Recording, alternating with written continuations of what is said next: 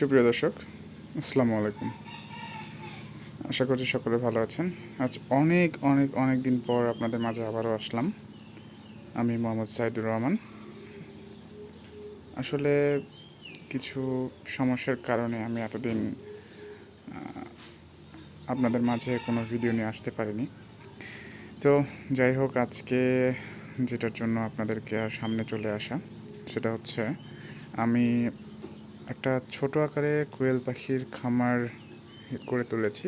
এটা যে আমার হাতে দেখতে পাচ্ছেন, এটা কিন্তু আমি নিজে এই পাখিটাকে ডিম থেকে বাচ্চা ফুটিয়েছি।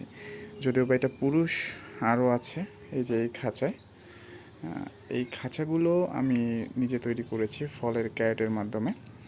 অ্যান্ড দেন হোয়াইট এই প্রত্যেক কোয়েল পাখি এখানে যে কয়টা আছে এগুলো সবগুলো আমার নিজে ডিম ফুটানো বাচ্চা। ডিমগুলো আমি একটা খামার থেকে কালেক্ট করেছিলাম, 20 ডিম কালেক্ট করেছিলাম। তো সেখান থেকেই কিন্তু এই বাচ্চাগুলো ফুটিয়েছি। কিভাবে ফুটিয়েছি আমিও সেটা আপনাদেরকে বলবো। তার প্রথমে আপনাদেরকে দেখাই নেই যে আমি এই খাঁচাগুলো কিভাবে তৈরি করেছি।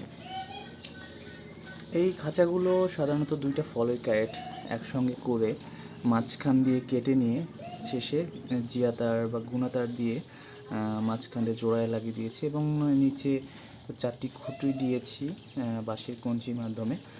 এটা 4টি না 6টিও দেওয়া যেত, বাট আমি 4টিতেই এনাফ মনে করেছি, কারণ একটি খাঁচার মধ্যে আমার 10টার বেশি পাখি নেই। তবে এই খাঁচাতে পাখি আছে এখন বর্তমানে 8টা এবং এই পাশের খাঁচায় পাখি আছে 10টা।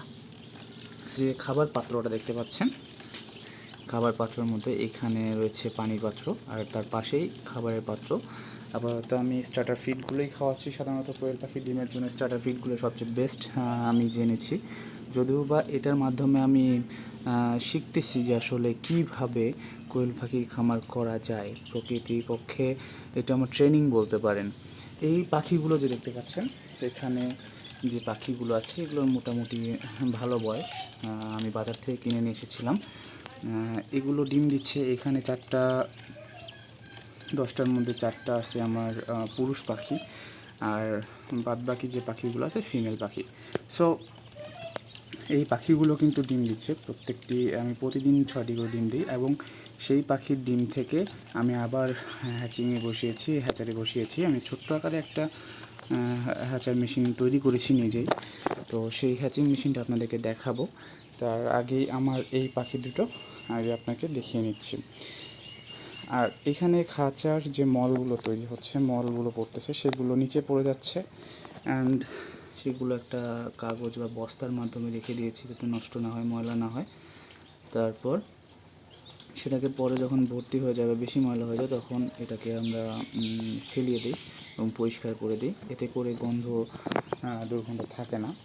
কোনো প্রকার অন্যান্য মল বা অন্য জায়গায় দেখেন এখানে কিন্তু কোনো প্রকার ময়লা পাবেন না। আরও এদিকে আরও প্ল্যান আছে যে আরও অনেকগুলো লাগাবো। তো আপাতত এই দুটো থেকে শুরু। কিছুদিনের মধ্যে আরও কিছু বাচ্চা ফুটবে। তো চলুন আপনাদেরকে এবার আমার যে হ্যাচিং মেশিনটা সেটা আপনাদের দেখাই। মানে হ্যাচিং মেশিন না, মানে ইনকিউবেটর মেশিনটা আপনাদের দেখাই। যদিও বা ইনকিউবেটর মেশিনে ডিম দেওয়ার আজকে প্রায় 7 দিন হয়ে গেছে। শুরু থেকে দেখানো দরকার ছিল, কিন্তু আমি শুরু থেকে দেখাতে পারি নাই। তো চলুন এবার যাওয়া যাক। দর্শক, এই যে দেখতে পাচ্ছেন আমার ইনকিউবেটর সেই মেশিনটি। এটি একটি ককশিট দিয়ে তৈরি করা এবং প্লাস এখানে এটা হচ্ছে আপনার অ্যাডাপ্টার, ওপরে এটা তাপমাত্রা মেশিন এবং এই পাশে যে মেইন কন্ট্রোলারটা, যেটার মাধ্যমে ভিতরের যে কন্ট্রোলিং সিস্টেমটা আছে সেটাকে কন্ট্রোল করে, এইটাই সেই কন্ট্রোলার। আপনারা সঠিকভাবে দেখতে পাচ্ছেন কি না। তো এটা হচ্ছে আমার ইনকিউবেটর মেশিন, যেটা আমি নিজে তৈরি করেছি।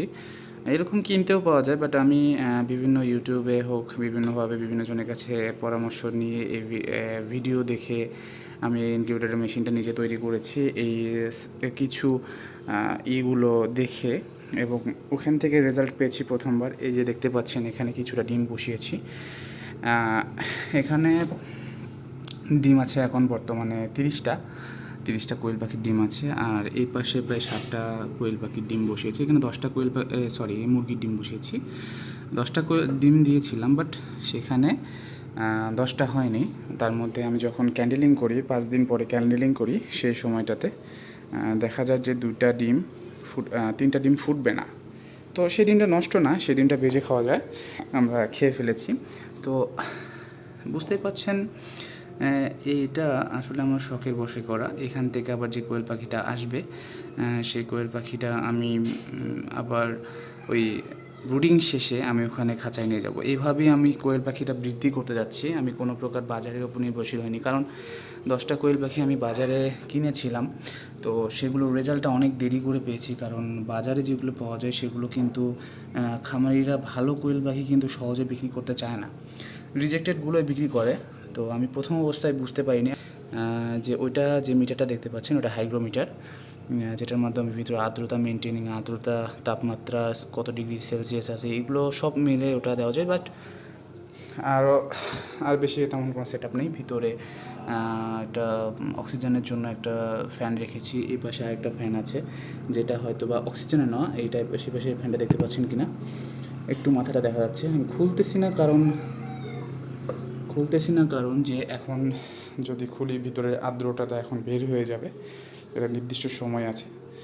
কারণ ডিমটা এখন প্রায় 7 দিনের উপরে হয়ে গেছে, যার কারণে এখন বেশি একটা খোলাটাও ঠিক হবে না, তাপমাত্রা আর্দ্রতাটা মেনটেন করতে হবে, না হলে ডিমটা সঠিকভাবে ফুটবে না। আপনারা একটু আগে দেখলেন যে পাশে যেটা বাজার থেকে নিয়ে আসা একটু আগে দেখাইলাম, ওইটা কিন্তু এই কোয়েল পাখিগুলোর ডিম। আরও ডিম আছে, আমি এখনও বসাইনি, ওগুলো এখন আর বসাবো না। আমি আপনাদেরকে আমাদের ফ্রিজ যেটা খুলে দেখাচ্ছি। এই যে ফ্রিজে আরও অনেক কয়টা ডিম আছে, এগুলো বসাইনি কারণ আমি সময় স্বল্পতার কারণে, এবং আরও আছে এই যে এখানে আরও বক্সে আছে। তো যাই হোক, আমি ওই ডিমগুলো বসাইনি যে আগে এটা দেখি, অল্প অল্প করে নিই, কারণ একবারে বেশি দিলে হয়তো বা দেখা যাবে পার্সেন্টেজ কম হচ্ছে, বা এমনও তো দেখা যেতে পারে যে আমার ভুল হচ্ছে কোথাও। দেখা গেল যে 30টা ডিম দিলাম, সাপোজ 30টা ডিম দিলাম, 30টার মধ্যে 10টা ফুটলো, বাদ বাকি ফুটলো না। হয়তো বা কোথাও না কোথাও ভুল হয়েছে, সেই ভুলটা ধরার জন্য, যেহেতু আমার যে এটা খামার থেকে ডিম নিয়ে আসা না যে 100%ই ফুটবে, এটা আমার নিজের কোয়েল পাখির ডিম, যদিও বা সেখানে ফিমেল প্লাস মেল দুটোই আছে, তারপরও নিজেকে একটু মানে সাবধানতা সহিত নিলাম যে ওইটা আগে কখনো ওই কোয়েল পাখিগুলোর মাধ্যমে ডিম ফুটাইনি, ডিম থেকে বাচ্চা ফুটাইনি। সো ফার্স্ট টাইম দিয়েছি, যার কারণে অল্প দিলাম। প্রথমত 30টা দিয়েছি, আরও পালে দিতে পারতাম 30টা, বাট দেই নাই। তবে অনেকে বলে ফ্রিজের ডিম ফুটে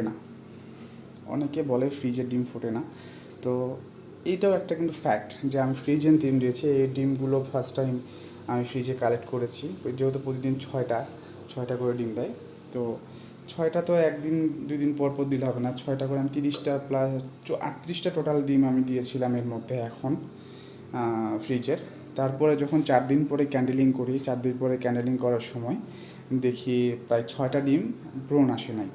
তো তখনই তাৎক্ষণিক বুঝে ফেললাম যে এটা ডিমটা বাচ্চা আসবে না, তো ওই ডিমটা তো রাখার প্রয়োজন নেই। বাদবাকি যে কটা ডিম আছে এখানে সবগুলোই আছে। তো আপনাদেরকে স্টেপ বাই স্টেপ আমি দেখাবো। ভিডিওটা এই পর্যন্ত, আর বেশি লম্বা করব না। লাস্ট একটা কথাই বলি, ভিডিওটা অনেকটা লম্বা হয়ে গেল, আর একটা কথা বলবো, বেশি বকবক না করি। আপনারা যদি কি জানার থাকে অবশ্যই আমাকে কমেন্টে জানাবেন যে ভাই এটা আমি জানতে চাই এই বিষয়টা কীভাবে কী। তো যাই হোক, আপনাদেরকে একটা কথাই বলি, বিগত অনেক দিন আমি ভিডিও নিয়ে আসি নাই, তার একটা যথেষ্ট কারণ আছে।